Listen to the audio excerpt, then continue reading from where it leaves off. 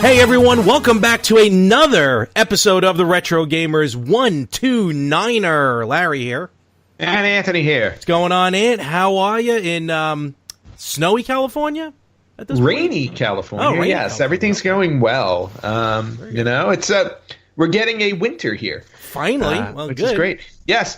In fact, I saw an article earlier today that for the month of February, this is the first time ever in the history of Los Angeles that they've been keeping track that that the weather has been under 70 degrees for the entire month.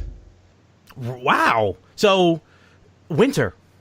Our version of winter, basically. Yeah. I've had the long sleeves out. I've been wearing jackets. Mazel tov.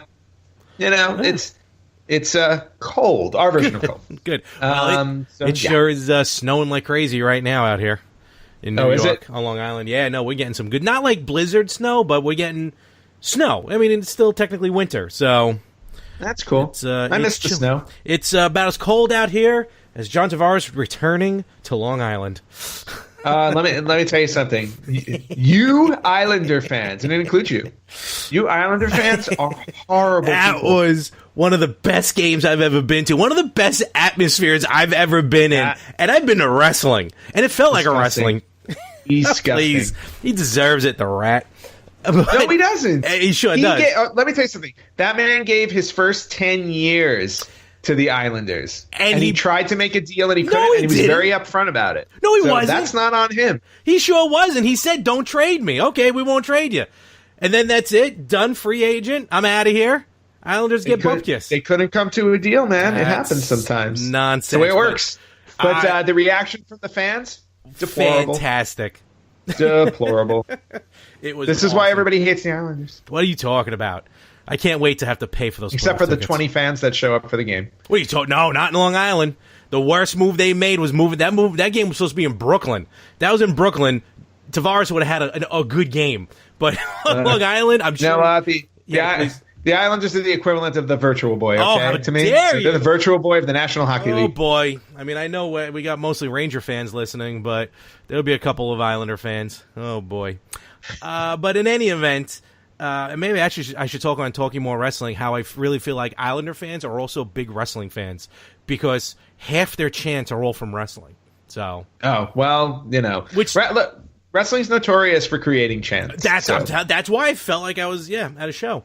But that was fun. That was actually an experience. But we are here today. We're actually going to have a very, very special episode today. Very fun one, hopefully. If everything goes well, knock on wood, that we'll talk about in a minute.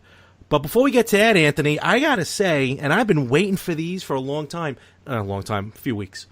Remember a couple... That's a long time for you. It really is, especially because I was yelling at the post office for no reason, so I apologize, Frank. Remember a couple weeks ago we were talking about some stuff. We were talking about some news, and we mentioned the Famicom Switch controllers. Yes. Here in the U.S., I'll show you one. Here in the U.S., if you sign up for the Nintendo Switch Online, that's the only way you can purchase a set. There's two of them. I only have the one here. A set of NES controllers, which are awesome. It's well worth these things. Not only for the NES classics that you can play on the Switch, but games like New Super Mario Brothers U Deluxe. You can play with this, and it's amazing. So we mentioned the Famicom edition, and basically you need to have an address in Japan and be part of the Japanese Nintendo Switch Online, unless you go onto eBay and you get to pick up these bad boys.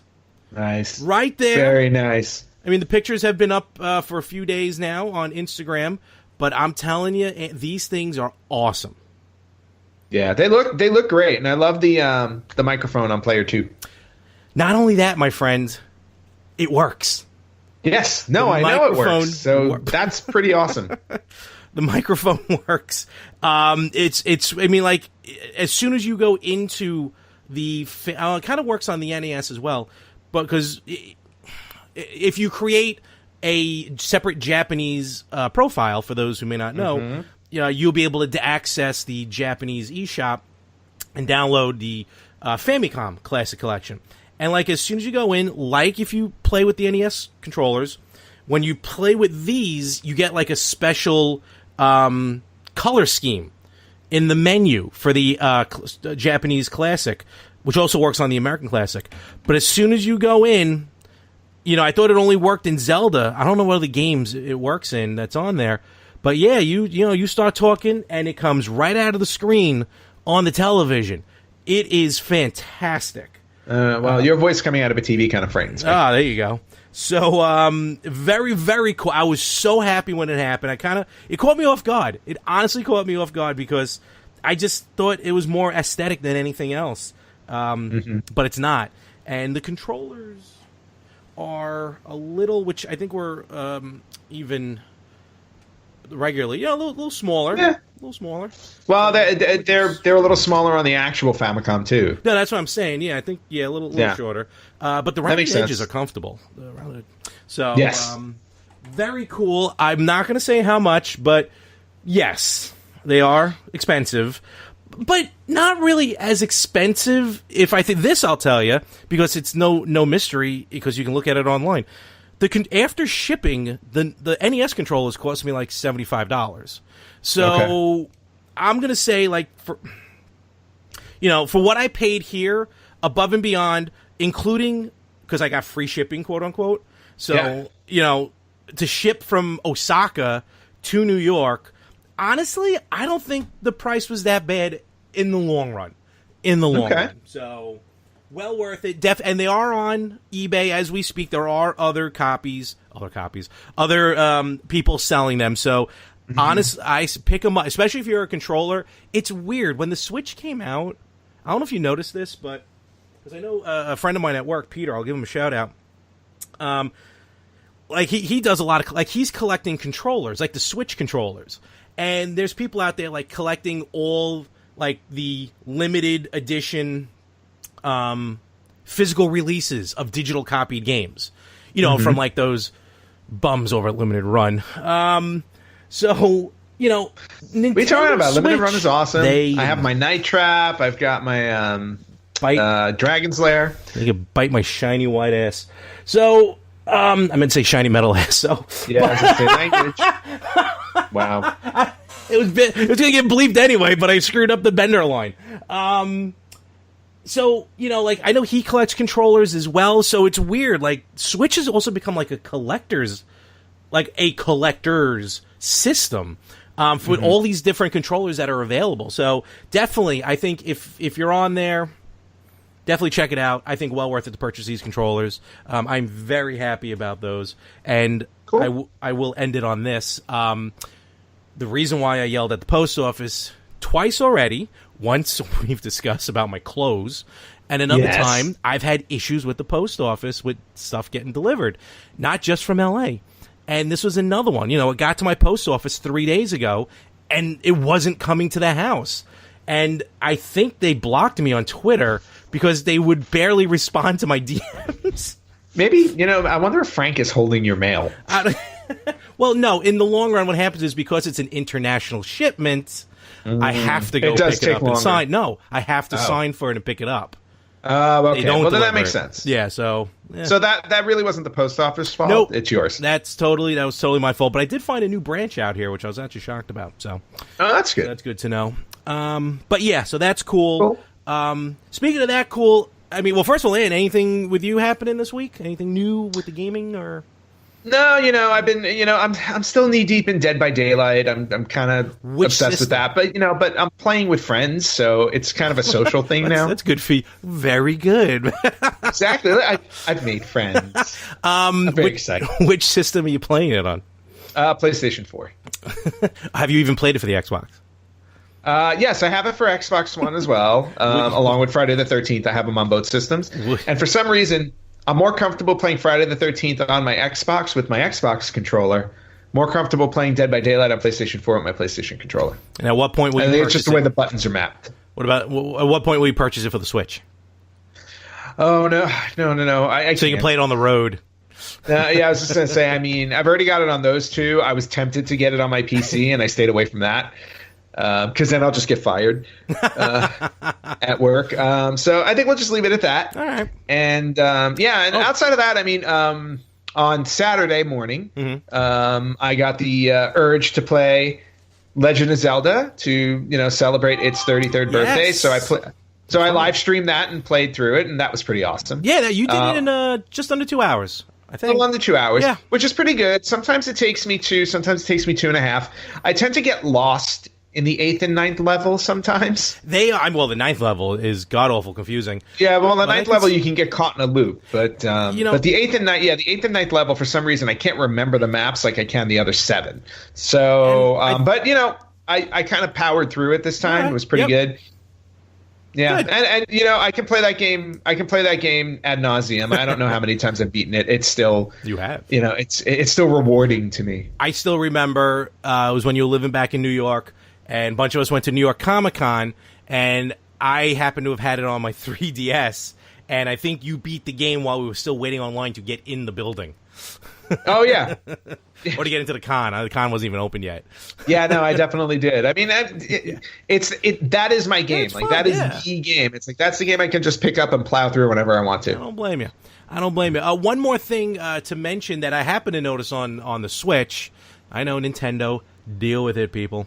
That you can now first of all, you can pre-order the Final Fantasy games, Final Fantasy VII, Final Fantasy X and X-2, which is a single download, and what was that other one? Final Fantasy 11 something or other. I don't know, another version.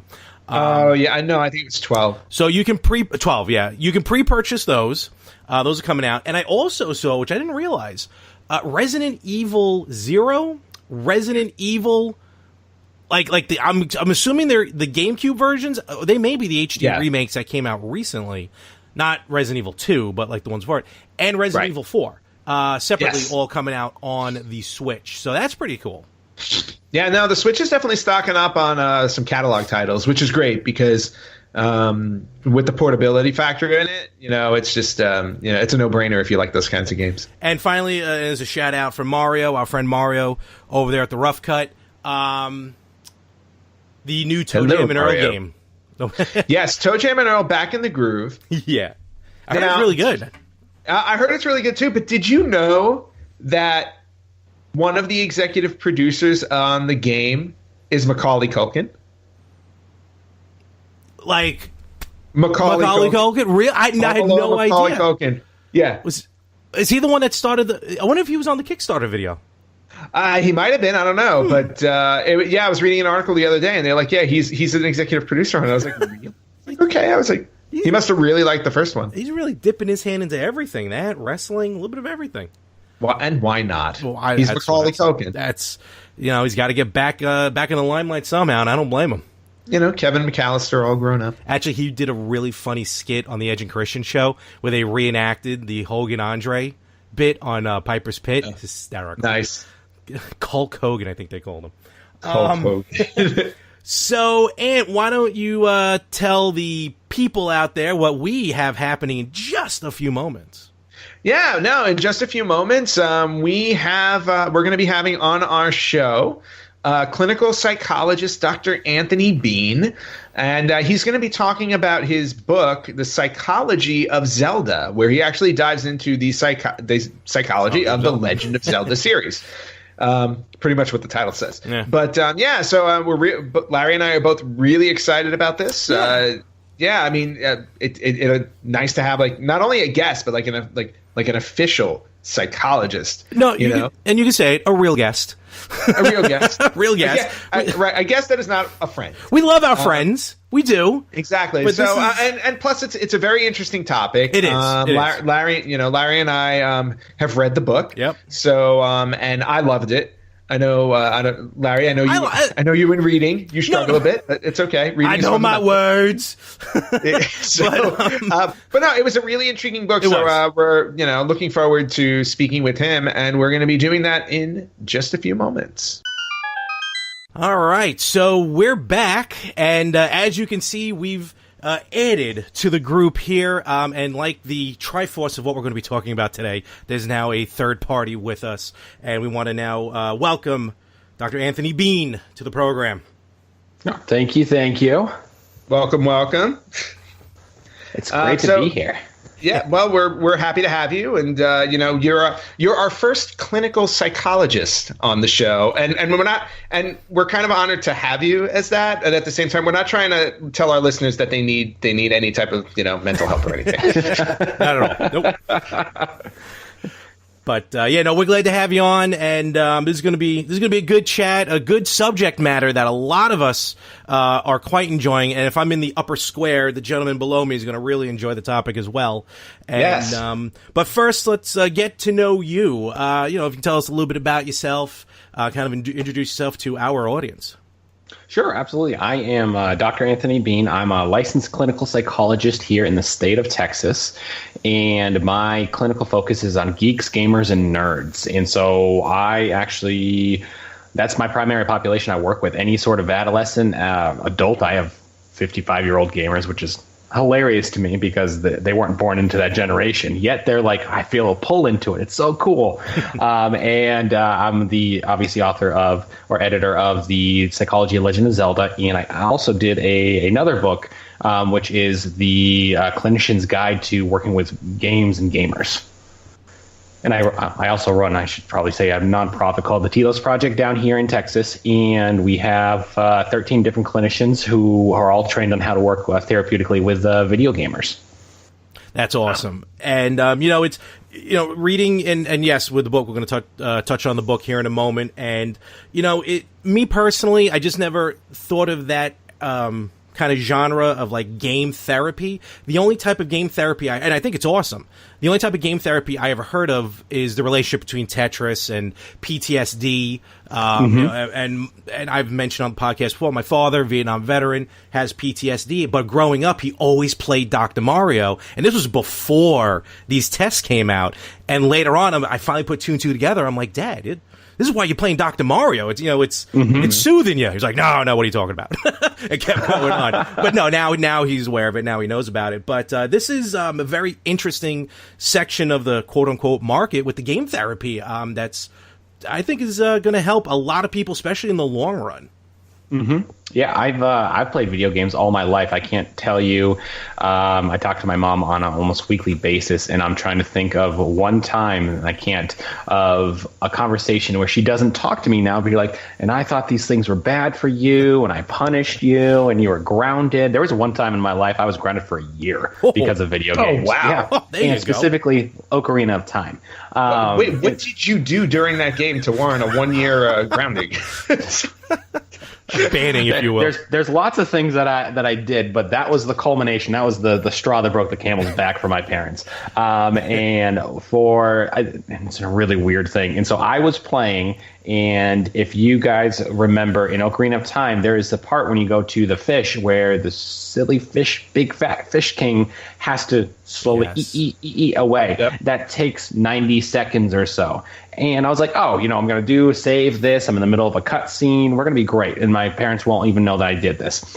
Nope, that starts. They pull into the driveway. They come in about 60 seconds marks. My mom's like, what are you doing? And I was like, I need to finish this one thing. Just let this guy move. Let him move, and I'll save, and I don't care. And she goes, you're grounded. This is it, man. This is just it, And then that is when it all started. So not only did it all start there, but I guess you set yourself out on a path to make your mom eat her words. In a way, yeah. So she has a copy of the book, obviously, as well, and she's reading, and she goes, I didn't realize this kind of gave you all of these things that were really helping you in the moment. I was like, yeah, no kidding, Mom. I'm aware. Now I'm a clinical psychologist, and I work with it, and we work with the gamers, and even with those who play Fortnite, which is not my game. I'll be perfectly honest with you on that. Mm-hmm. But the big thing is when we work with gamers on this, you have to know their world. You have to be able to talk the lingo, know what an MMORPG is versus an action shooter game. You have to be able to have the lingo and then talk to them about their character build. I think it's crucial. And when we do that, it just changes the entire therapeutic dynamic. And they're like, wow, I never thought about me playing this game in this capacity actually had any real benefit, or I could take the things I learned in here and put them out onto my real world problems. No, I think that's... I was gonna say, and that's one of the things I think a lot of gamers don't realize when they are playing a game, just exactly how it's working with their mind. It's not just something where it's like, oh, I'm picking it up, I'm playing it, I'm beating it, and that's it. It's like, there are a lot of other elements in play because of, we're complex human beings and our brains work, are wired in, all these interesting ways. So so it's really cool that you're actually reaching out and making those connections and pointing them out to people, especially people, who may need a little bit more help than others. I have very few clinicians at the doctoral level that understand video games and work with video gamers in this type of capacity. And when I get emails from people across the United States and even from the UK sometimes, like a couple weeks ago, I got a psychologist from Arizona saying, like, I'm working with autism population. We're playing with these games where I'm trying to relate it to what their experience. And I was like, have you talked about why they chose these specific talents? Why they're working as a group team effort? What are their things that they want to do versus how are they attaining them? How are they communicating that? And the therapist was like, I didn't even think to ask these things. I was like, video games are a team building exercise. I said, that's why Minecraft was so huge, because you can build it as a team. And you can work together. And if you can hone in on those types of things and focus in on that aspect of it, and that's just one tiny aspect that you can do, then you can do all sorts of crazy things with video games that you don't even have to bring them all the way into the session, have them play. You could just talk with them about it. No, I think that's good. As much as you're right, Minecraft kind of is a team building. I know my experience, like with PUBG, is team destroying because we're constantly yelling at each other because we don't know what we're doing in the game. Well, I do this, and I do the same thing with Dead by Daylight. Yeah. So let me ask you, because you mentioned how Ocarina of Time kind of got you in trouble, but growing up, like what systems, like what was it Nintendo, Sega, a little bit of everything, like kind of your history in that aspect growing up? So the history of me has always been Nintendo. Nintendo has always been my thing. I have behind these wonderful closed doors is a TV and all of the Nintendo systems that have ever been out. Nice. All of them are right there.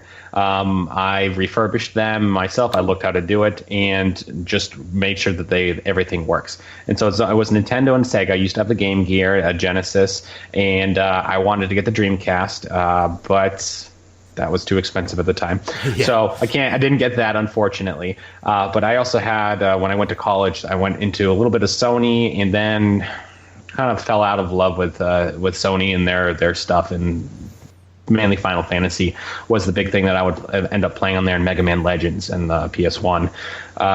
And I'm trying to think of, then I switched to Xbox. So I've got an Xbox One over there, but that just gathering dust. So that's his mind. So I mean, with all that, you're still a gamer at heart. That's what it sounds like, and that's definitely what we like as well. I kind of like to throw this question out to everyone who we ever have on the show. If you can remember, what was the first game that you ever beat? Do you remember that? I am trying to think, and I honestly think it was on the NES, and it was Super Mario Brothers 2. Can't go wrong with that. 2. Yes, I think it was 2. Can't go wrong with that at all. No, but interesting that you went to 2 and not 1. One was one that we played, and my brother was always playing that one, so I got to watch him actually play, and that one didn't grab me as much as 2 did. Okay. That's very cool. Yeah. Now, I want to circle back really quickly, because you said you have every Nintendo system there, refurbished and everything like that. Larry already knows where I'm going. We may have to talk after the show's over, Dr. Bean, from what you're about to hear. Do you have a Virtual Boy? I do not have a Virtual Boy. Why do you not have a Virtual Boy? Mainly because they are extremely hard to find right now, or they're just awful expensive. Okay. Well, I agree with you on the awful part. I'm not worried about the expensive. So, and probably more importantly, can you please help cure Larry of his unhealthy obsession with the Virtual Boy? I mean, the Virtual Boy it's an interesting idea, and if we look at it from an actual game systematic, like how it comes from all of the video games coming out, it actually set the tone for virtual reality today. And there's all of the VR stuff that's going on today. You can trace it back to Virtual Boy on some level, which said some great things. I will agree the graphics are not up to par, and some of the things are definitely difficult. A little awful. More than difficult. It's like playing on an Atari 2600. Attached to your face. Attached to your face. It is, and it's got its difficulties, but I think it's a wonderful collector's item. Like I have a Game Boy Pikachu collector's edition right on over there that nice. I still have, and I booted up, and it still works. And this is great. I knew I liked the cut of this man's jib. Say he likes that, the Virtual Boy. Well, he respects that's okay. I'm still going to hold out hope. We'll get rates from you later on how you can get sessions with Larry to get him over it. Oh well. But why don't we dive into the book a little bit? Yes. I have a copy of it right here, Psychology of Zelda. Look at that! Cool. I got mine too. Hey, wait, hold on. I'm going to pass this up to Larry. It turned into a Kindle. Oh, okay. But I have it as well. I do have a copy. It's because of the Virtual Boy. Exactly. I have no room for physical, discs, carts, and everything. Forget it. Yeah, Larry's all digital. So Larry and I took the opportunity, to read through the book, obviously before we decided to talk to you. Otherwise, that would have been rude. For me, it was like ridiculously insightful because as I'm reading it, I'm like, I totally understand all of these elements, and a lot of them relate. A lot of them not only relate to me personally, but they also relate to me professionally. From my education background, because I was, I have a master's degree in English. I have a master's degree in film, and a lot of film theory relates. I felt like kind of related to Legend of Zelda. I know, like one of the essays in here talks about Joseph Campbell's theory of the hero's journey, which is prevalent all over cinema. But I really wanted to hone in on your essay because I thought your essay was really, really interesting about archetypes. And archetypes are so. I mean, they're everywhere. Like we see them everywhere without realizing it to some degree. And I just wanted to get your, just very basic idea. Like, what is archetypal psychology? Okay, so this is a really, really big thing. And 10 words or less. 10 words or less. No. Okay. I'm trying to actually do it. Metaphorical language that is in your everyday life. Ooh, so we got 8. There we go. Every day's one word. All right. Yep. I'll take it. Yeah. Okay. Go with 9. It's cool. Would you like to elaborate a little more? Okay. All right. Yeah. So archetypal psychology is talking about working with images. So our life around all of our world is and has tons of images. So let's say the easiest one that I always usually give to clinicians is if you go to a AC HVAC person, you see them pull on up into your driveway and you see a sun and you see a snowflake. What do those images kind of give you an idea of? Hot and cold. Hot and cold. So that's the archetypal imagery. Is it in what we call in that is there's no right or wrong, Larry. Relax. Yeah. And so with that is images have a very big important idea behind them, and all of us are acquainted with those images. So let's say if someone from a different language were to see those images, they would probably have the very same reaction. Now you guys aren't communicating through English or anything like that, but the symbol of it is so important that everyone has these types of ideas and everyone is thinking the very similar thing. So archetypal psychology works on those types of metaphorical images and how do we understand them and how they're prevalent in our life. So Link is a metaphorical, literal archetype. He is what we'd call an archetype of the hero and one who focuses on defeating evil. Now, on that, by putting him into a video game, and you can do this across all video games, he is a literalized image. And when we literalize it, we lose what we call the expansiveness of what does it mean to be a hero. And so archetypal psychology would take the idea of the archetypal hero and take it off of Link and put it onto your other areas as well and be like, what does it mean to be this? And so it becomes a little bit more ethereal and a little bit more higher cognitive talking metaphysical stuff going on. Cool. Got that, Larry? I wrote it all down. Yeah, I got it right. You wrote it all down. Good. But yeah, now, and when you, and then when you talk about the archetype that that Link carries with him, like how does that translate to somebody's like everyday life? So like I'm picking up, as far like in my head, it's like I'm picking up a game at the store, I'm popping it in, and I'm just playing through, and I'm like, okay, this is really cool. Now, what is it actually doing to me, or like what how is it translating out of itself into my everyday life? So that is an interesting thing, and it kind of goes on Jonathan Erickson's chapter of the idea of projection. Is when we play a video game, and we'll get into why Link's projection is so hard and so important, is that we are in fact controlling the pixels, and we're controlling the element of the character going through the game. And as we're going through that, we are actually playing as the hero. And so that heroic idea of whenever we play a video game of becoming a hero, of going through that journey, of being able to do that, is in itself a very heroic journey, but also an archetypal journey of we have to learn lessons throughout it. We have to cleanse ourselves of other areas, and that goes into like Link's shadow and everything like that through his gameplay and everything like that. I'm just thinking of Ocarina of Time, and there's so many things we can talk about. Just that one silly little area right in there. Never mind the water temple. But nobody likes the water temple. I never liked him in any of the games. Nobody. But Link's Shadow is one of those ones that like always seems to come back. And to your point, it's like because it is like and it was pointed out I think in a few of the essays, like that darker version of yourself that you always have to overcome. Yes, that is one of the reasons why Nintendo does such an amazing job on this game, and it always has. And one of the reasons why I think so many gamers love it from all different generations to all different age ranges is because when we play through this game, we actually are projecting ourselves really hard, specifically on Link. And the reason that we're projecting ourselves onto it is because he doesn't talk. And the Nintendo developers actually did that purposely. So they actually talk about it in a 2016 interview of why they wanted to do that. And they specifically say it so someone would actually think that you are Link. You are going through this. It kind of... Oh, no, go ahead. I'm sorry. No, I was going to say, and then just... by taking that, when we shut off the game, whenever we project onto something, we have to, what we call in psychoanalysis, reclaim the projection. And when we reclaim it, it has to go back into us. So as we're playing a video game, whether it's Zelda or another game, when we shut the game off, we have to reclaim that projection, that psychological feel of being a hero or working through that at a specific journey.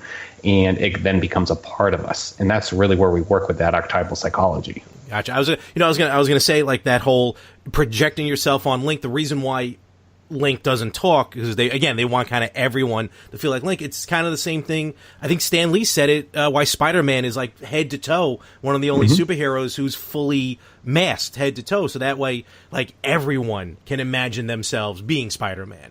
So so it's pretty cool to see that. Just to witness that comparison as well. I have a guess. I'm sorry. No, it's okay. I've got two cats. I had to kick them out already. So, well, the two of them ruled the roost down there. So, yeah, not today.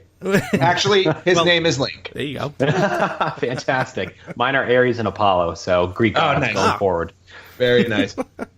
But I had a question that popped in my head while you were saying that, and I think it ran away. Ran away with the cat. Oh no, it was about the voice, and because I had heard that interview too, but it was interesting.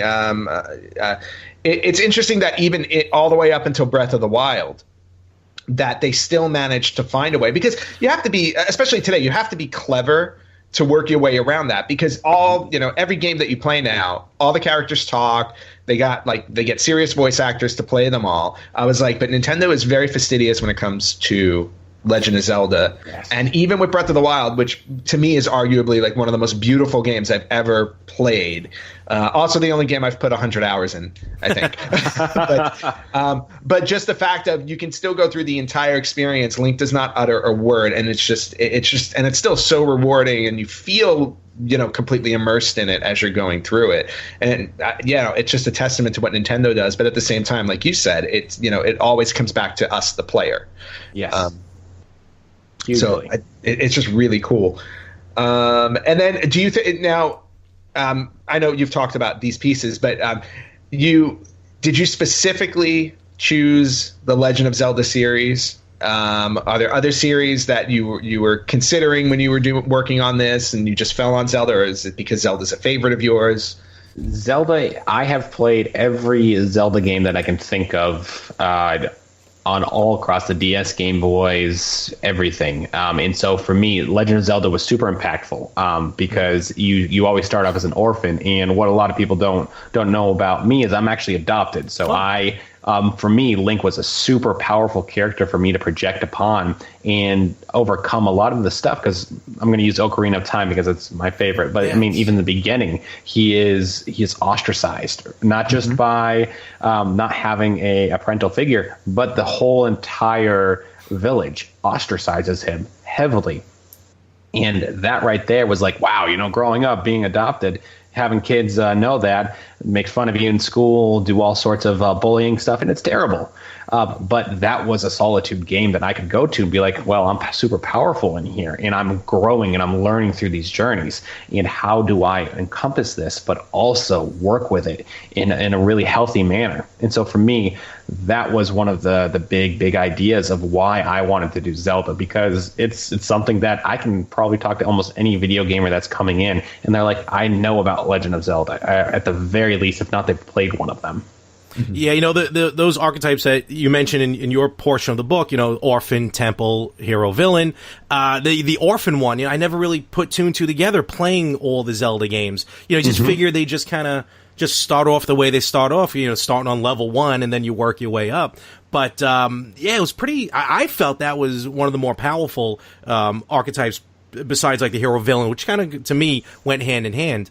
But and the way you just explained it now, even it makes it now even more kind of impactful from the way I was thinking about it. So that's in film I usually call it the Disney effect, but now at least like now, again, thanks to your book, I can use it in the video game franchise as the Zelda effect. It's like, what do?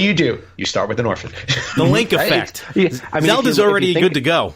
Yeah. If you think about like a lot of the video games that we play, whether it's from Nintendo or another place, there's always some sort of orphanage. I mean, I'm playing Stardew Valley with some other game researchers and psychologists, and they're like, wow, Stardew Valley's really, really, I feel connected to it. And I was like, well, yeah, your grandfather died and left you a farm. You've been orphaned on some level. You can find the pieces of being orphaned no matter, I think, whatever game you play.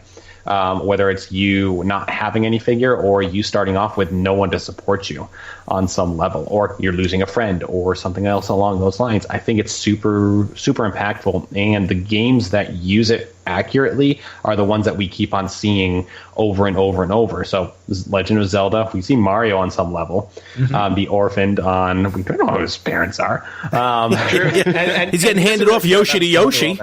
Yeah, I know, exactly. And then like the Final Fantasy characters, all of them on some level have had a sense of loss.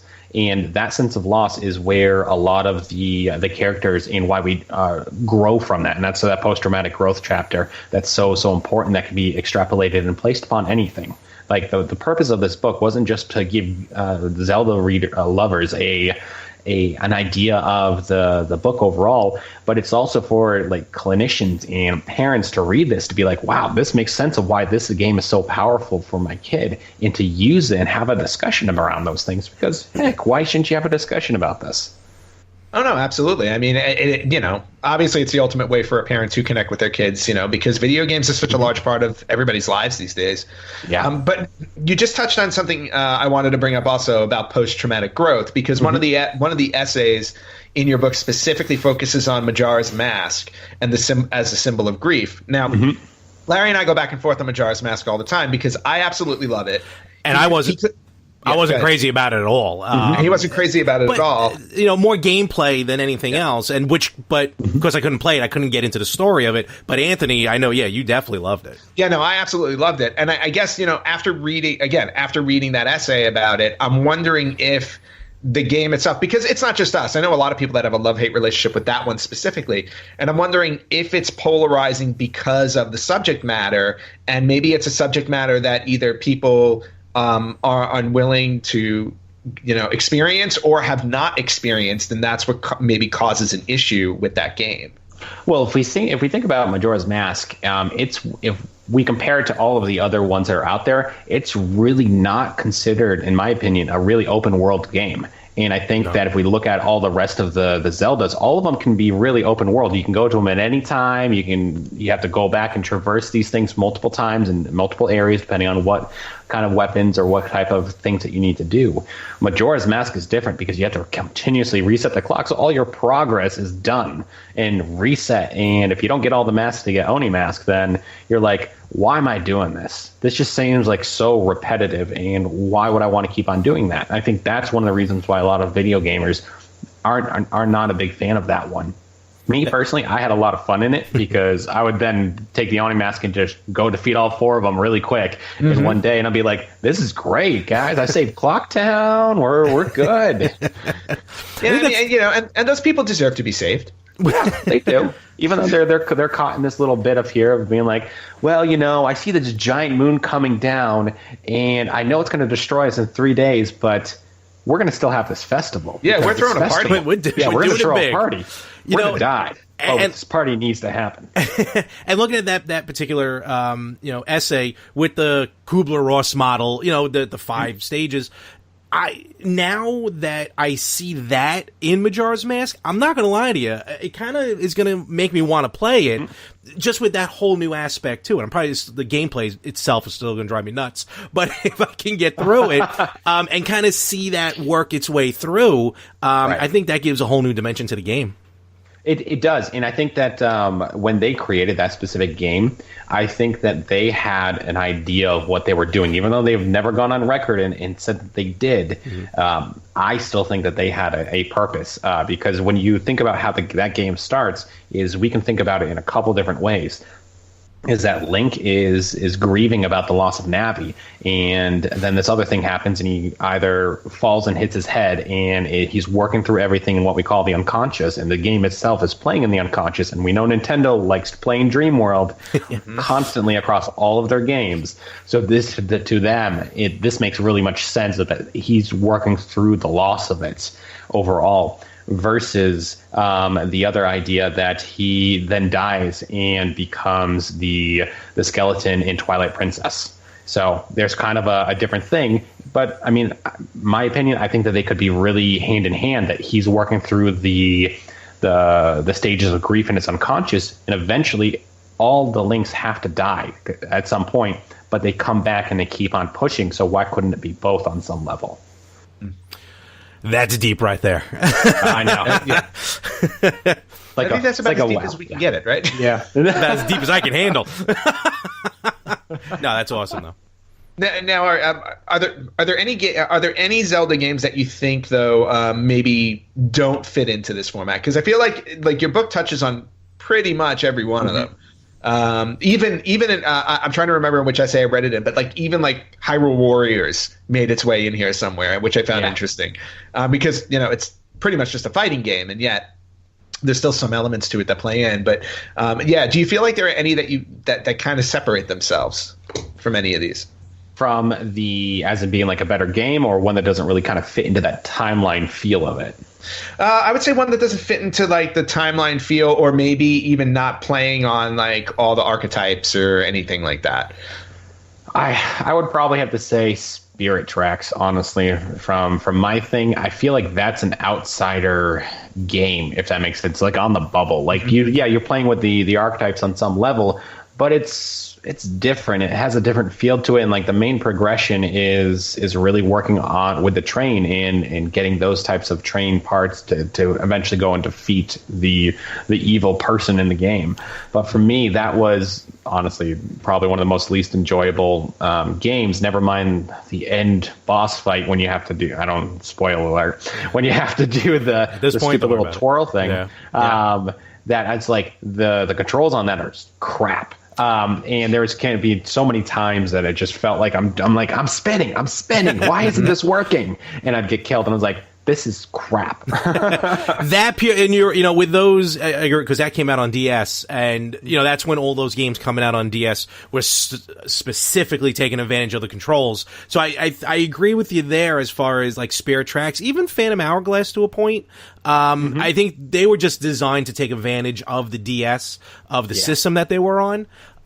There's a great kind of where they just compare all the games together. It's in the one It's Dangerous to Go Alone. I think it's one of the first or second essays. And, again, me being me, like Anthony, he loves Zelda. And I'm not putting a knock on me, but definitely Anthony, I know he can not relate, but see a lot of like these like archetypes and everything that's happening in the book. Me, I just kind of go into it blindly. I'm playing a game, but the book is opening my eyes to see this series in a completely different light. But in that comparison with the 3 different acts, and I don't want to give too much of it away because go buy the book, but exactly. But to see how these games really do somewhat intertwine with each other and how they do relate and how you still see that journey progress through all of them. I think it was mentioned at one point. It's kind of not the same story, but it's the same outline, but you still want to go and play it because it's somehow different. Yeah, and that's one of the reasons why we always have to ask our questions. Why is this series, or why do any of these series that we've always played? It's the same mechanics, it's the same storyline, it's the same stuff. But why is it still always become a bestseller? Why does it keep on going and doing this? And you've got to be like, there's something else in the game. It's not just about the storyline. It's about what does it feel like to play this game? What do people get out of this? And once you start having that feeling and start diving into that, the whole game scenario changes, because you're like, oh man, this has been doing stuff to me like I didn't even know. And then some addiction people will go and say like, oh my god, well then it's causing you to be addicted, and you're learning how to gamble and you're learning how to shoot. Well, just settle that right now. There's no research that shows that any sort of violence in a video game causes real life violence. Okay, we'll just do that disclaimer real quick. I'm there with you, and thank you for that. yeah, because I hate it when people bring that up. Yeah, it's not true. Yep, and that's a PhD saying it. Yeah, exactly. It is. Okay, it's on record. That's it. We're sending you to Washington to settle this. Yeah, me and Chris Ferguson, we're best buds. So hey, let's do it. And they're not doing anything over there anyway, so we can just get this in. No, that syntax stuff that's coming out in West Virginia or whatever it is. No, it's against the rights of video games. It'll get shot down real quick. Good.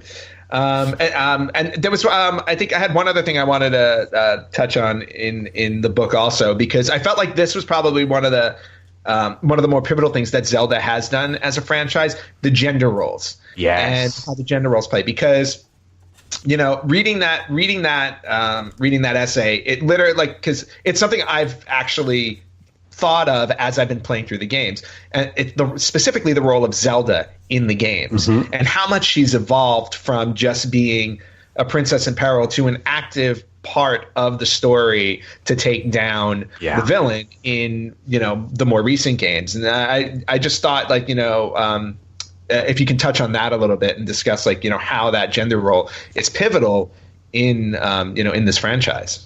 Well, one of the best things that I think Nintendo has always done is they've made Link pretty androgynous, and a lot of the facial characteristics, a lot of the way the movements and everything is, even his voice when it gets up to adult Link and child Link, is still pretty not like really heavy like a man, but not like high pitched like a little child or something like that. And so when we decided to do that chapter, and there was no way in the world that I could ever write that chapter, because I understand feminism. It's not my bag. So I had to make sure that we pulled these two writers very specifically because of their ability to do it. So Melissa Huntley and Wind Goodfriend are just amazing at this topic, and there was just no way that we could ever think of having the book without them going into the idea of the evolving of Zelda throughout the games, as being this helpless princess of where, when video games first came out, like, oh, let's keep this very basic, this very linear storyline. You need to get here, you need to save the princess, make everything go good. But Nintendo does a really good job of evolving with the times. And as we've seen Zelda over the past 4 or 5 games, she's become much more powerful in each of the games. Never mind in this specific one, Breath of the Wild, we start seeing her in a scientific role, which is considered to be banned in the game or anything. Even she talks about her dad, who was like, you can't do this, you need to do this over here, I want you to be over here and be a princess and do this. And then in Breath of the Wild, she's like, heck no, I'm not going to do that. We need to research this. This is why does this keep happening? What are we going to do about this? And there's actually one of the memories in there of her telling Link, I don't care that my dad told you to do this. You don't need to follow me. I can handle myself, which is the start of us, I think, seeing a really much more evolved Zelda. And I think that they're possibly playing up to, in one of the future games, of actually having Zelda be maybe the protagonist and having to save Link. Well, that's exactly what I was thinking. She needs to redeem herself from the CDI games. So, yeah. Actually, everybody needs to redeem themselves from the CDI games. But yeah, no, that was exactly what I was thinking too, because especially in Breath of the Wild, to your point, I mean, she is a pivotal reason why that story is progressing, and obviously a reason why the game exists in and of itself, because she's the one, spoiler alert, if you haven't played it, you should, she's been holding Ganon off for 100 years. Yeah. Okay? Now, that takes dedication. Oh, yeah. That takes, never mind the spirit, the wisdom ability of her being able to actually do that is just astronomical. And then also put into that nurturing role of being like, Link, I'm going to seal you away a little bit for 100 years so you can heal. You're going to lose everything in the process, but I'm going to make sure that you have the ability to go and finish what was started while I hold this thing off, which also speaks to the importance of the goddess in Skyward Sword. That was the first time we started seeing more of the beginning histories. And I know that the people who do the Monopoly puzzle games and stuff like that, they released around Skyward Sword a puzzle that actually shows the old Hyrule from the old goddess times, which to me, I was like, where'd they get this? Like what's going on here? That I think we're being set up also for one of the games to actually take place before Skyward Sword. And that way we're actually going to see all of the original lands before the entire Skyloft comes on down again. Oh, wow. That'd be interesting. That'd be fantastic. Yeah. I mean, heck, why not? You're going to see all the old places and all the old types of demons come up, and then you're going to have to fight, and you're going to actually see Demise and all this, and you're going to be like, oh my God, this completes this. How does this start? I think it's going to be a really, really good addition once they get to it. And I heard they're already starting to finalize the storyline for the next Zelda game. Oh, I'm sure. The way Breath of the Wild took off, no pun intended, like wildfire. They definitely got a hit, especially with the Switch. So, they're definitely going to be jumping on that. Yeah, and it'll be nice to see like maybe 2 Zelda games on one console again. It's been a while. Yeah, right. I know. And 64 was the last one. Well, Game Boy, but still. Well, yeah, right. But in terms of console, no, I mean, it brings up the important point, though. It's like we have to, for the major consoles, we have to wait about 3 to 4 years for everything. And by that time, it's all new graphics, and then everything comes out, and we're like, let's appease it, but also let's not do what World of Warcraft does, where every 6 months there's a new expansion, and let's just lose the entire soul of that game. And there's a reason that they don't reveal how many subscriptions they have anymore. Yeah. Zelda. I was going to say, and graphically though, Nintendo doesn't necessarily care about that, because like I really don't think like they're not trying to beat Sony or Microsoft and be the most powerful system out there. So I feel like what they lack in the graphics compared to the other systems, they make up for in the content, and that's really what's most important to them. Always been about content. You're right. They've always been about content, and their stories. They've always been story driven. Mario, Zelda, Samus. You know what I mean? All of them are just story driven storylines. And but yeah, this whole Zelda thing, it's taking a world of its own. Yeah, we definitely can see that. In my opinion, and that's the reason why I keep all the Nintendo systems, is that their library of games has a much more pulling story than kind of anything we see out there.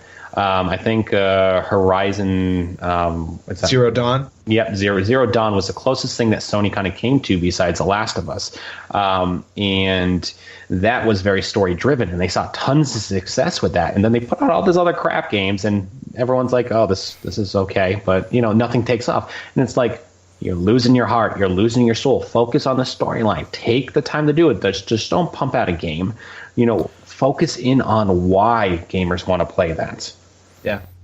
I was worried for a long time. I was worried, which I feel kind of not society, but just as time went on, like the attention span of people just kept getting shorter and shorter and shorter, which is why a lot of these, hey, look, I'll admit, even happened with me, which is why I really haven't played much of the later Zelda games. I really can't sit through it. I kind of just want to get in, play, and call it a day. But it'd be nice. I kind of feel like it may be tipping to come back to where people are starting to, kind of look at it, let's sit down, let's give ourselves some time, let's let it sink in and enjoy it for what it is. Well, I think the Switch did something really unique on this one, very much where you can just go to the home screen and in the background, your game is still running, but it's paused. So you can do exactly what you're talking about. You can be like, I got 15 minutes to play. True. Let's play. And then let's put it back to the home screen and I can just take off and you haven't moved an inch. And that's where Nintendo, I think, has the upper hand. Or literally, you can take off with the Switch. Just pick it up and go. You're right. You're exactly right on that. So that's what's coming back around. Yeah, all right. Cool. Yeah. Zelda got me through a lot of flights to Asia. Sure did, yeah. Yeah, absolutely did. That's why I clocked so many hours in that game. It was like, well, I had a lot of flights. I bring my DS and that's what I play on there is the Zelda Phantom Hourglass. Playing through it again right now. That was a good one. And that's just what I play on airplane rides because you know what? It's just super simple. It gets me through the flight, and I was like, yeah, I'm ready to go. Let's do this. Yeah, and actually, before we were talking to you this morning, we were on Facebook, and I went through the original Legend of Zelda, straight through. Which at this point you can play with your eyes closed. More or less. And you know what? That's a challenge. That is a challenge. And for a game that's 33 years old, that just turned 33 last week, it still holds up. Yeah, it does. It's got a really good gameplay. Absolutely. So let me ask you this, kind of on my end, one of the things for you. Now, we've talked about it. We got into psychology. We got deep into Zelda. We got into it all. Just for fun, just playing-wise, which is your pure favorite? If I had to choose across all of the games of which one I would live and die by, it would have to be Ocarina of Time because of the first one. That was the first one that I just fell in love with, and it's just amazing game. It changed the entire categories of action adventure.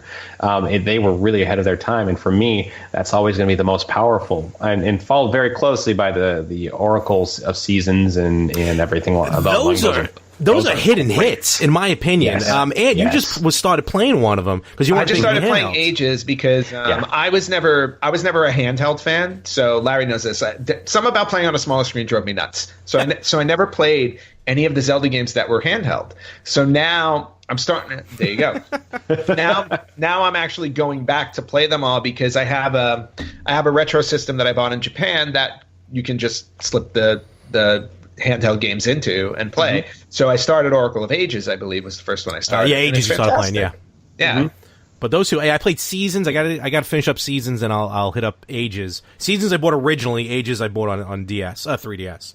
So, but I played Ages first, then Seasons, and I really, really liked the style of it and the ability that they did because even that is still feels very open world, but there's different elements to it. Cool. And, we also have the newest Zelda coming out now, which I think is just kind of probably the quench our thirst until a brand new Zelda's coming out, is, of course, the reimagining of Link's Awakening on the Switch. So, like, for Anthony, to me, Link's Awakening is like of the top 3 Zeldas, that's number 3 for me, Link's Awakening. And I can't wait to see Anthony or get Anthony's reaction once he really starts playing, even a remastered version of it.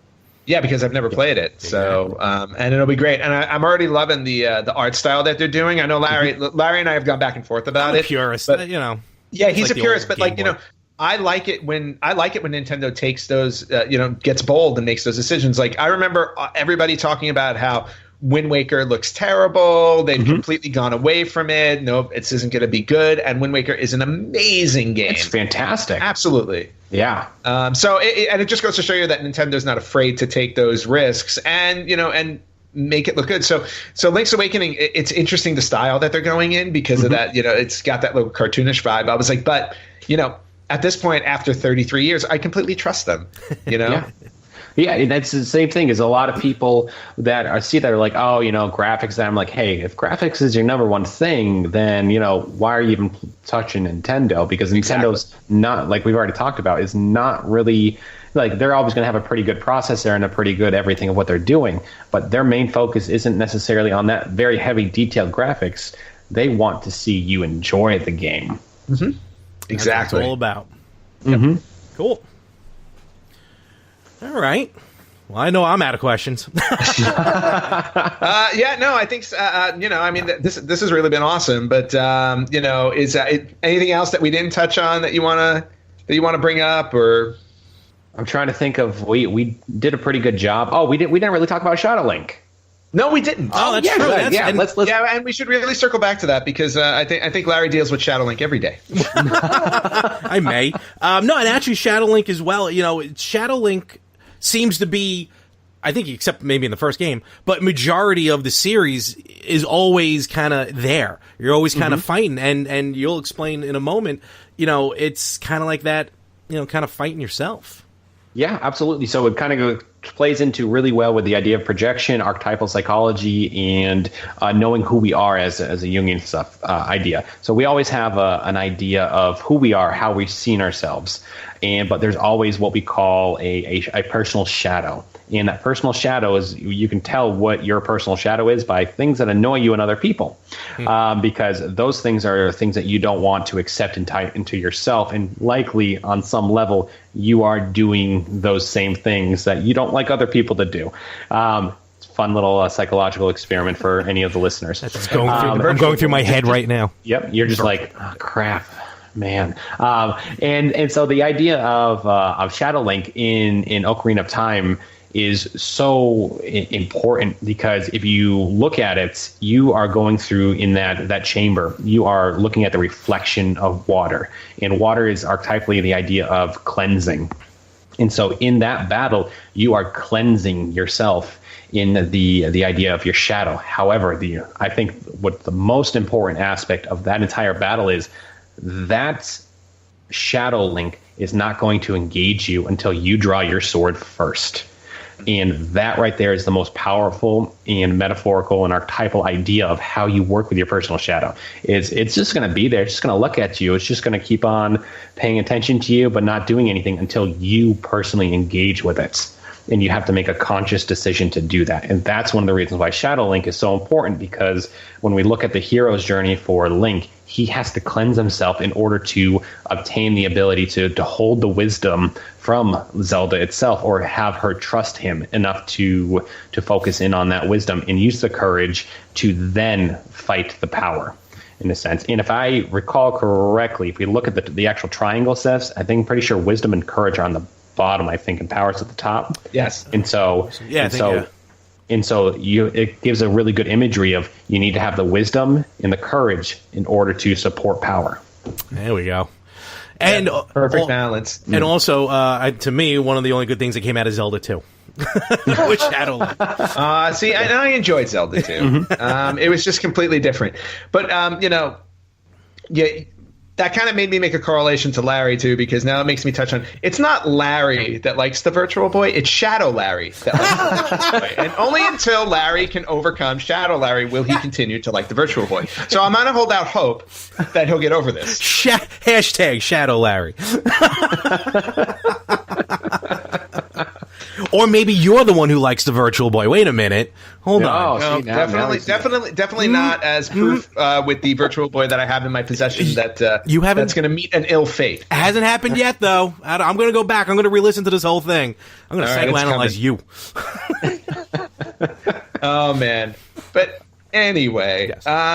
Dr. B, we just want thank you so much for coming on the show. We actually think this was actually awesome because we rarely get to step out of just us going back and forth and talking and arguing about games to actually finding the meaning and the deeper understanding of certain games. And of course, for Legend of Zelda, which is definitely one of my favorite franchises, or my favorite franchise of all time, and one of Larry's favorites as well. This was actually really educational, enlightening, and fun.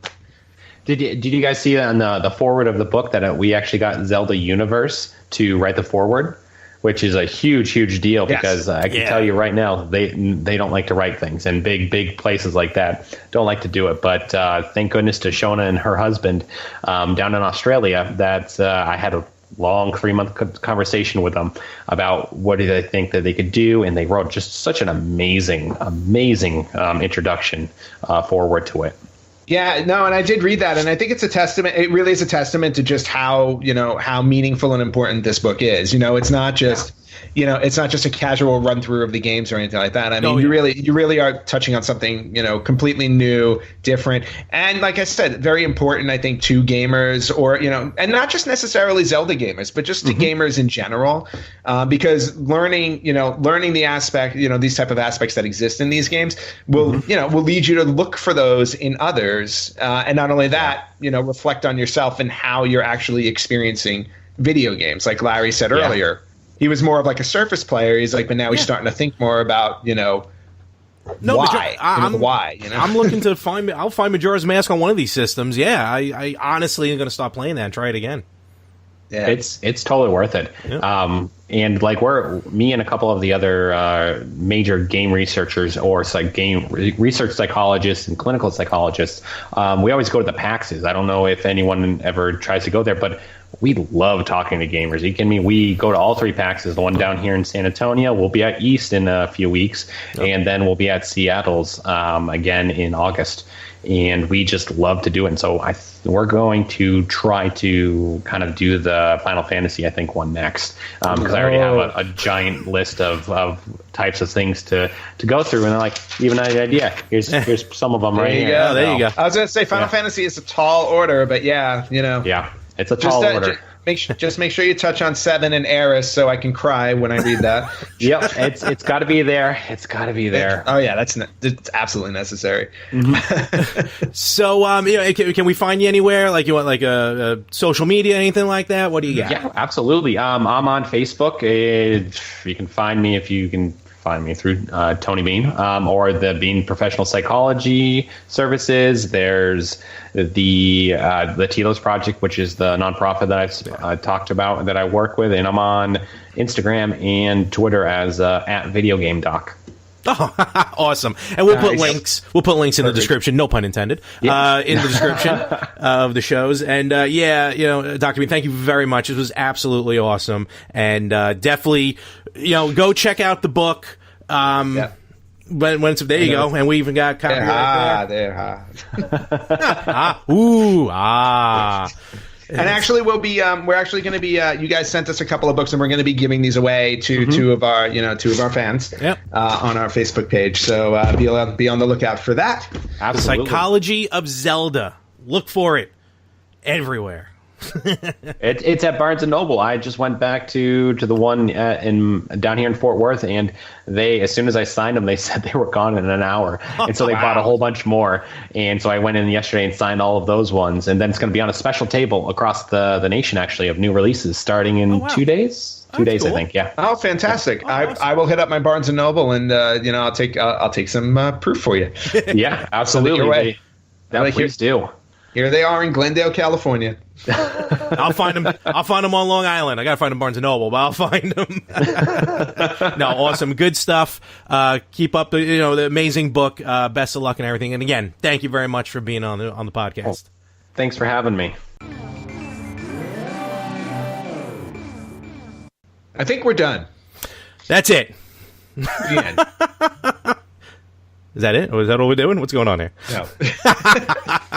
No, that was actually an awesome interview there. Dr. Bean is he's down to earth. Down to earth. He's a gamer. He is. I mean, that's it. I mean, gamer. Look, we were going to get to that point in society where the kids who grew up playing video games were going to become the professionals. So, I think Dr. Bean has he's got that perfect balance where it's like, he knows his stuff. Obviously, he's an expert in psychology. His book, his book definitely. What? Hold on, stop. Yay! Yeah, do that. Yeah, we're just gonna start over.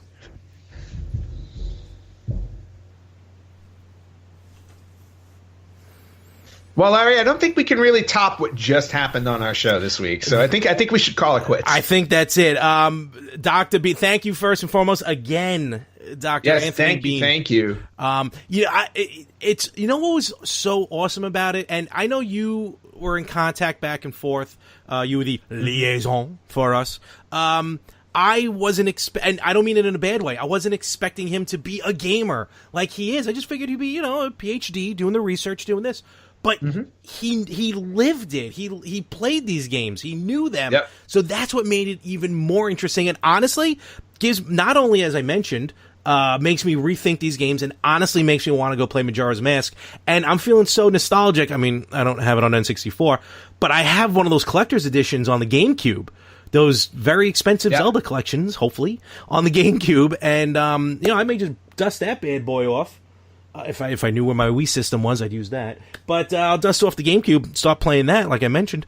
But but to your point, though, I mean, we're getting to that point in society where gamers have grown up now and they're working in all these different professions. So I think it was naturally going to happen where you have, a experienced psychologist who's diving into the psychology of video games. So, and it's great to see that balance of having a gamer and an expert in that type of field putting the pieces together, because it offers you a lot of insight on the games that you play that you didn't even, things that you didn't even realize were happening while you were experiencing whatever game that you're playing. Oh, yeah. You're right. We talked about it. I just kind of play the game I just jump in and play the game on the surface. That's why I don't really play the games today, again, to reiterate. But it just makes me want to go back and play all of them, except for Zelda 2. Play all of them again. I guess I have to because of Shadow Link. Play all of them again. And that's one of the most important ones, so you really should just bite your tongue and play Zelda 2. God help me if he does Castlevania. I think it was an excellent show. Again, Dr. Bean was fantastic. We have a couple of books that we're going to be giving away on our Facebook page. So keep an eye out on our Facebook page. We're going to post the giveaway for these two copies. Yep. And I think this has been yet another fantastic week. Definitely. And all the links for Dr. Bean are listed below, whether it's the YouTube page or the podcast page. But real quick, and he's got one of the best Twitter and Instagram handles already, Video Game Doc, DOC. So definitely go follow him. Also check out the Telos, I believe I'm pronouncing that correctly, the Telos Project, the nonprofit that he runs. And, of course, his actual website, Anthony M. Bean. That's M like Mary. AnthonyMBean.com. So, again, thank you very much, Dr. Bean. Just another Anthony that I do a podcast with at this point. Another successful Anthony. Us Anthonys are very successful. I'm surrounded by them like lemmings. So it's true. We are the lemmings. So with that, we're going to wrap this one up. And I think I'm actually proud of this episode. I'm proud of us. So we finally, after 128 episodes, I think we're finally in it with these interviews. So let's start grabbing all the big time people. Okay. Who do you want me to get? I can get. I'll reach out to Macaulay Culkin's people since he just did, Toe Jam and Earl. I'm in with that. The only person who's banned is Billy Mitchell. Oh man, I can get him in next week. Well, he's working at Arby's down the block from you, so what can I say? Probably. And with that, Ant, thank you very much for another week. Have yourself a wonderful week. You have yourself a great week as well. Larry, where can they find us? Oh, yes. Wow, I'm so into everything I'm promoting to everybody else. Find us pretty much, first of all, YouTube, Instagram, Facebook, Retro Gamers Podcast, our website, theretrogamers.com. Contact us. Email at theretrogamers.com. Anywhere you listen to podcasts, listen to us, especially on Spreaker, iTunes, Amazon Alexa, Spotify, all of them. You know the deal. And 5-star ratings, 5-star reviews on Apple iTunes definitely will help us out. So yes, they are very, very helpful. And then of course there's also the rest of the podcasts on the More of the Same network. You know, you can also listen to the Yin and the Yang podcast with Anthony Chu. Yeah. You can listen to The Better Half with Larry and Frank Messina. Yeah. And, of course, Talking More Wrestling, which is back for WrestleMania season with Larry. Yep. That's basically all of them. And, you know, we're definitely back in the groove with all this. A couple of them were on hiatus this week, but that's okay. Yin and the Yang every Friday, The Better Half every other Wednesday, Talking More Wrestling every Saturday at 6:05. And, of course, you know where to find us every Tuesday. And with that, Ant, we're going to bid everybody adieu. Adieu. And we will catch you right here next week on the Retro Gamers Podcast.